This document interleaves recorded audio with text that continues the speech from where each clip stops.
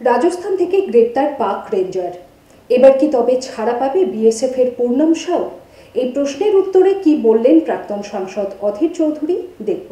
দর কষাকষি করার জায়গা তো বাড়ল, কারণ সাধারণত কি হয়, আমাদের পাকিস্তানের সঙ্গে দু ধরনের বর্ডার আছে।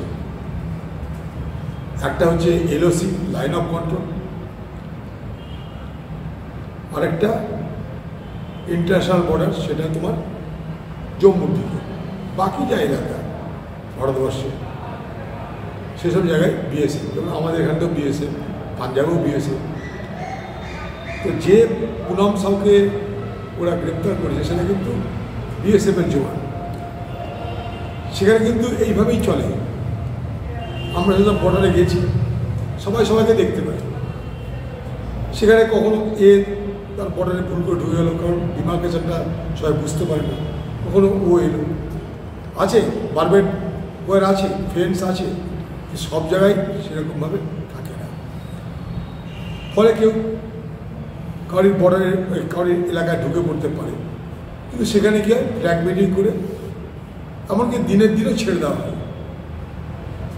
এখানে যেহেতু উত্তেজনা, তাই পাকিস্তান রেঞ্জারদের মনে হয়েছে যে একে আটকে রাখি, কিন্তু কিছু করতে পারবে না, কারণ সেখানে কোনো টেনশন নাই, কোনো মারামারি নাই, কিছু নাই, আটকে রাখতে পারে না। বদমাইশি করছে। এটা হওয়াতে কি হবে, বার্গেনিং করার ক্ষমতাটা ভারতের বেড়ে গেল। তোদেরও একটা, আমাদেরও একটা, কী বলছিস বলে, নিশ্চয়ই ভারতের সুবিধা হবে।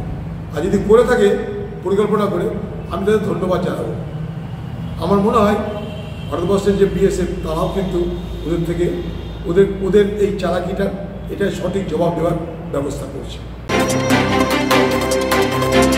বিয়েবাড়ি, জন্মদিন অথবা অন্নপ্রাশন, এমবি ধর অ্যান্ড সন জুয়েলার্স।